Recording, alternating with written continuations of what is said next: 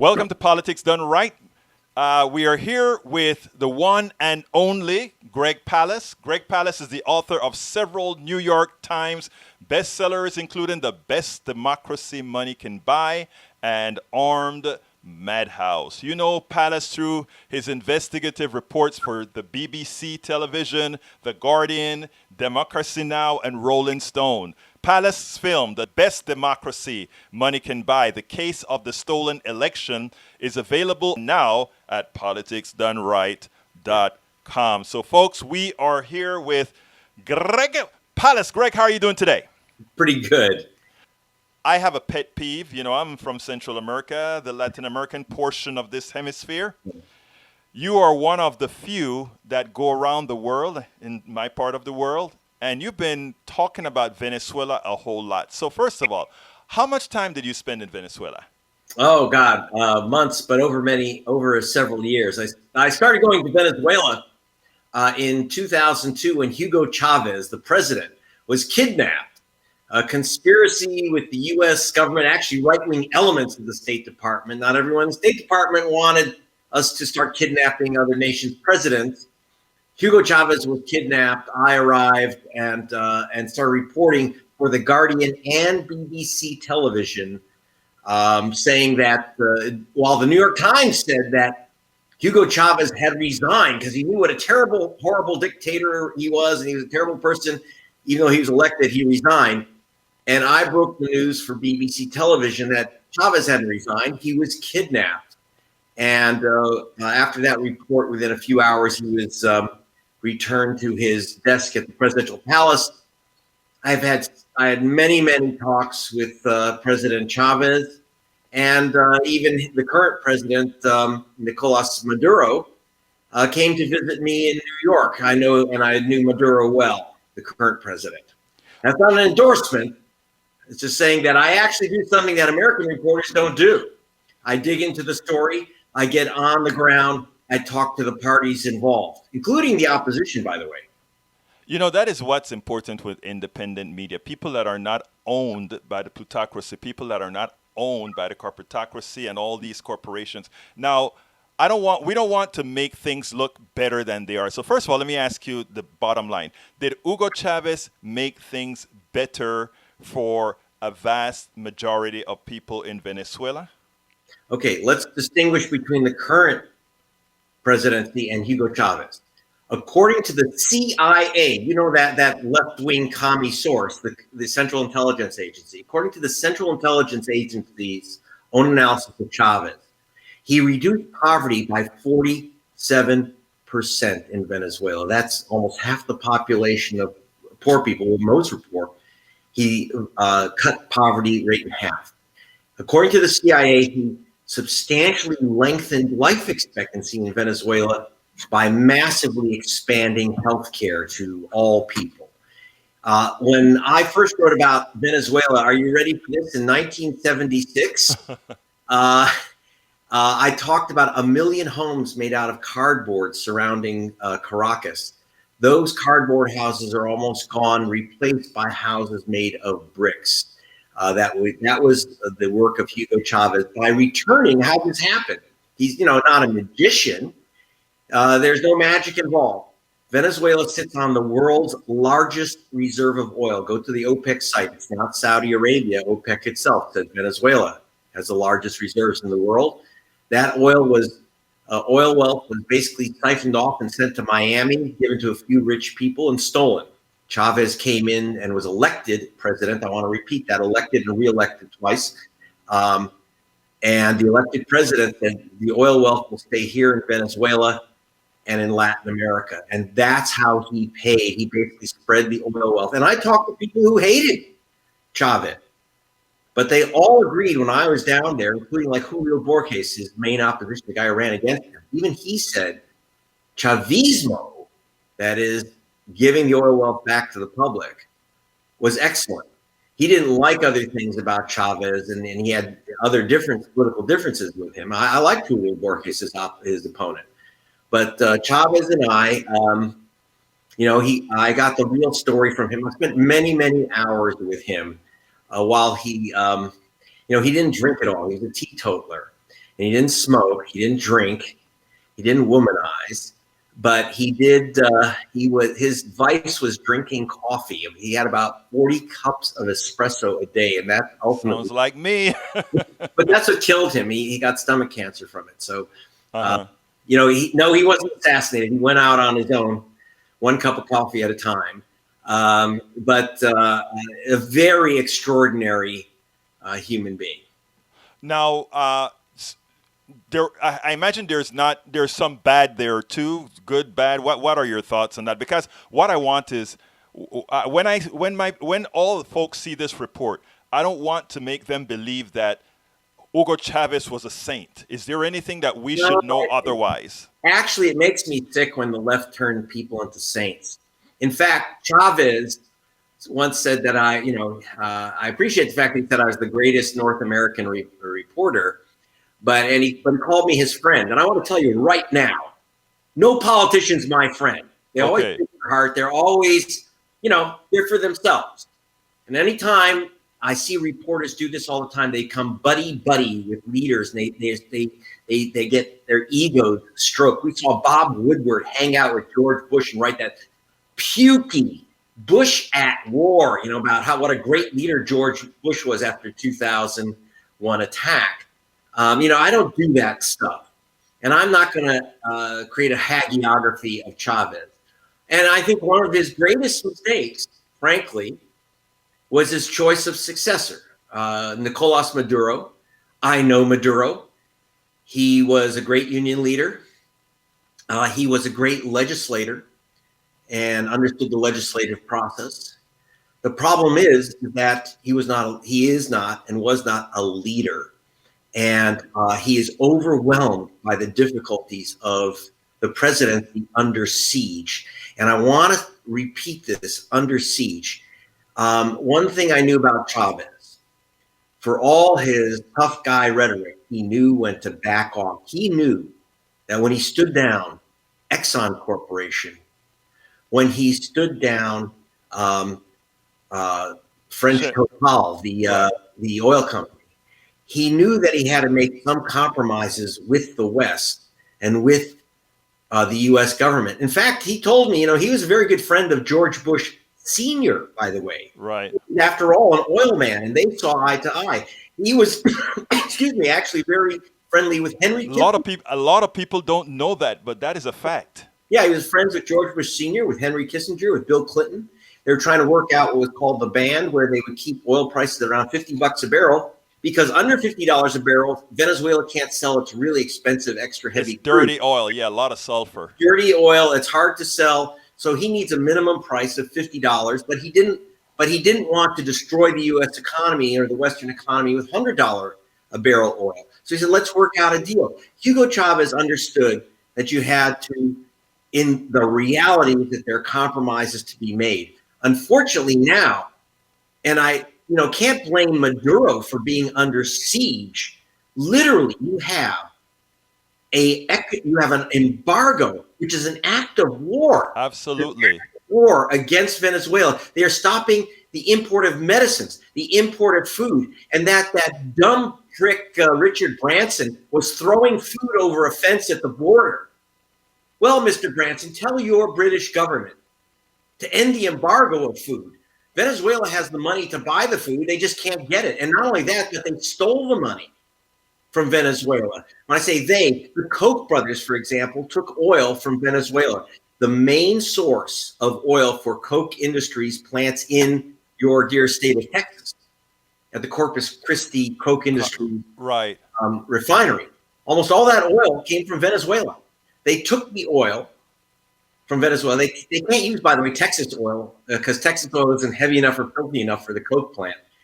And the Koch brothers took the Venezuelan oil, kept the money, though some of it was sequestered by the U.S. Treasury. So in other words, they took Venezuela's oil and withheld the food, withheld the medicine, withheld the parks to keep their industries going, and then said, oh, look how badly Venezuela exactly. is. Oh my exactly. God. So we will not let anyone sell them parts to keep their industries going. They say, oh, look, their industries are collapsing. We won't give them food. We won't let them buy food with their own oil money. And then we say, look, the people are starving. We won't let them have medicine. And I got to tell you, there were some left outlets that really disturbed me by saying for quite a while, the line used by Maduro, and I think it was a terrible mistake. Maduro, frankly, lied to his own public and to the world by saying everything in Venezuela is fine. Everything in Venezuela is not fine. People really are starving. And they're not leaving because they don't like Maduro. They're leaving because they can't eat. Right. Okay, and it's being imposed by Angela Merkel of Germany, by the British, the French. And you know why? I'm going to give you another little story on this. It's all about the oil. Right. All about the oil. So, for example, the Maduro government pushed out the French oil company Total, or Total decided to go because they would rather have African resources where they can bribe the African potentates. It's always great to go with dictators. Yeah, they can't bribe Maduro, okay? So they couldn't bribe Maduro, so they left. British Petroleum asked the Maduro government, the president of Venezuela, to give British Petroleum the French oil concession. Now, remember, this is supposedly he's a terrible dictator. We should have nothing to do with him. We should embargo him. But they're more than happy to take the oil from Venezuela, take the concession. It's only after Maduro told the British government, British intelligence, and British Petroleum, we're keeping the oil. The Venezuelan oil company, PDVSA, is going to keep that oil concession. Go to hell. It's at that point that the British government decided to embargo Venezuela as a dictatorship, as a supposed dictatorship. Now, it's interesting. They weren't a dictatorship when they were asking for the oil. But when they were told you can't get the oil, suddenly they have to be embargoed. And not only that, it wasn't until then that the British decided to, get involved politically. Now, I got to tell you one other thing, and because I'm ranting, I know, about Venezuela, but it's very important to understand what's going on because it's dropped out of the news completely. We don't care. People are starving there. We don't care. We're talking about, some BS about Hunter Biden or something, right? Yeah, right there back in that's this week's forgettable talking point. And but what they tried to do in Venezuela is impose a guy named Juan Guaido as president. In fact, not only imposed him, but the U.S. government and European governments and a couple of Latin American governments, right-wing governments, have recognized Guaido as the president of Venezuela. Now, this is interesting. The guy can't even claim the election was stolen from him. He never ran for president. I want to repeat that. This guy Guaido that we recognize as president never ran for president. Maduro ran. He won. He was reelected. The opposition decided to boycott the elections because they knew they would lose. And I'll tell you why. It's race. Okay, let me explain what's going on here. For 400 years, Venezuela was controlled by white people. They didn't even call themselves Venezuelans. They called themselves Spaniards, okay? Right. So the Spaniards had control of Venezuela for 400 years. And then Hugo Chavez got elected. The first guy who called himself, he said, they don't like me because I'm negro e indio. I'm black and Indian looking, okay? That's his heritage. And that's what he looked like. And they hated him. They called him the monkey. It was terrible. Now, most Venezuelans are like Chavez, negro e indio. Okay? They want to reimpose this white guy, Guaido. I mean, he's a white guy, okay? And they're trying to reimpose him, a rich white guy who lived in Washington, D.C. And the reason that the American papers love him, he speaks wonderful English. He's upper class. He's not Maduro. Maduro is a bus driver. Right. He can't speak a word of English, okay? And even his Spanish is not very good. Well, the bus driver is Spanish. Yeah. Class, right? And so they don't like him. They don't like him. And so they want to reimpose this white guy and impose basically white rule on a black nation. I'm sorry. And they're wondering why that hasn't worked, why people didn't rise up and say, oh, the wonderful Juan Guaido, we want him as president. No, people are really unhappy. Really unhappy. And if there was a good opposition candidate, I suspect that Maduro, people are under pressure. I saw this happen many years ago in Nicaragua, and people said, if we get rid of the Sandinistas, the U.S. will give us help. By the way, that never happened. The Sandinistas were back in. But, I think Venezuelans today, if they had a good opposition choice instead of this white guy imposed from Washington, might actually have an election where they would replace Maduro. I don't think Maduro could win re-election at this point, but that's not the point. He was elected, not this white guy, okay? You can't just bring in a white guy from Washington, D.C. in outer space and say, here's your white guy. Hey, you're a white guy. Don't you black people understand? The white guy's in charge. Right. You have to run for president. He's white. Can't you see that? That's all he needs. He's white, he's rich, and he speaks English, man. So, shut the F up. That's what they want to do. And if you don't, by the way, and here's our election campaign. You accept him as your president or we'll starve you to death. We'll kill your children. Which is what they're doing. Right? Which is what they're doing. So, yeah. Greg, let me ask you this then. What is the future of Venezuela as you see it under Master Trump? Yeah. Well, I see starvation. I see people dying of disease under an illegal economic siege. And I see what makes me sick is that we have Nancy Pelosi backing. Suddenly this guy Pompeo, our Secretary of State, and Donald Trump, and it was John Bolton who started this campaign. Right. So suddenly Pelosi thinks that Bolton and Pompeo and Trump are foreign policy geniuses, and we should do exactly what they say in Venezuela. How could these schmucks, who are despised everywhere that they touch in this planet, suddenly when it comes to Venezuela, Pelosi thinks that they're wonderful. And not only that, but you take pinheads like this woman running for president, Amy Klobuchar. Oh my God, yes. He has said that Trump isn't tough enough on Venezuelans. Well, what should we do? Gun down their children in the street? We're already starving them and taking away their medicine. Should we just maybe shoot a few kids, make a point? Is that what you want, Amy? That's what's going to make you president of the United States? Good. So I'm really sick of this, and the left has abandoned Venezuela. The progressive, and then Bernie Sanders was asked, oh, why didn't you call out Maduro as a dictator? Okay, that's because the guy that they bring in supposedly to represent Hispanic people in the debates at CNN, okay, is a white guy. And I can tell you right now that he's a rich white guy. And I don't care whether your politics are left, right, or whatever. Every rich white guy in Latin America is anti-Maduro, anti-Venezuela. And all you have to do is look at their skin, look at their bank account, and I can tell you exactly where they stand on Venezuela. And so Sanders is being pressured into making statements against the Venezuelan government. And it makes me sick that the Democratic Party would pull this crap, which is, it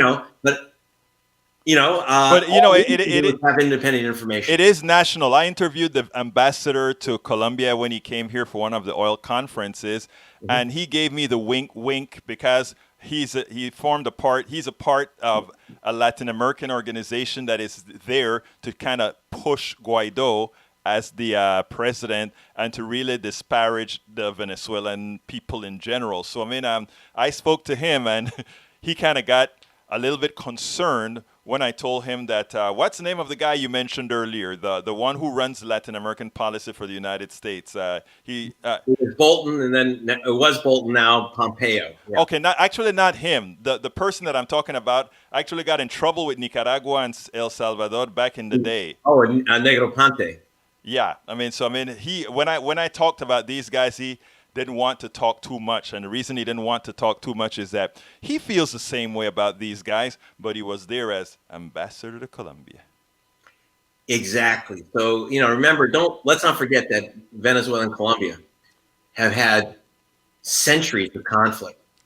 And so, anything that will take down Venezuela, they don't care who's there. The Colombians and Venezuelans governments have never, ever gotten along. So this is an opportunity for the Colombian government to make patriotic points, political points with its people. It's a question of nationalism and, again, racism. This has been Greg Palast. Greg Palast is one of I think one of the most important investigative reporters in the country. Because of his position, many folks who should be covering his material, it doesn't get covered. But you know what? Independent media will continue to cover you, Greg. We will make sure that all that great information that you impart on us continues to be imparted.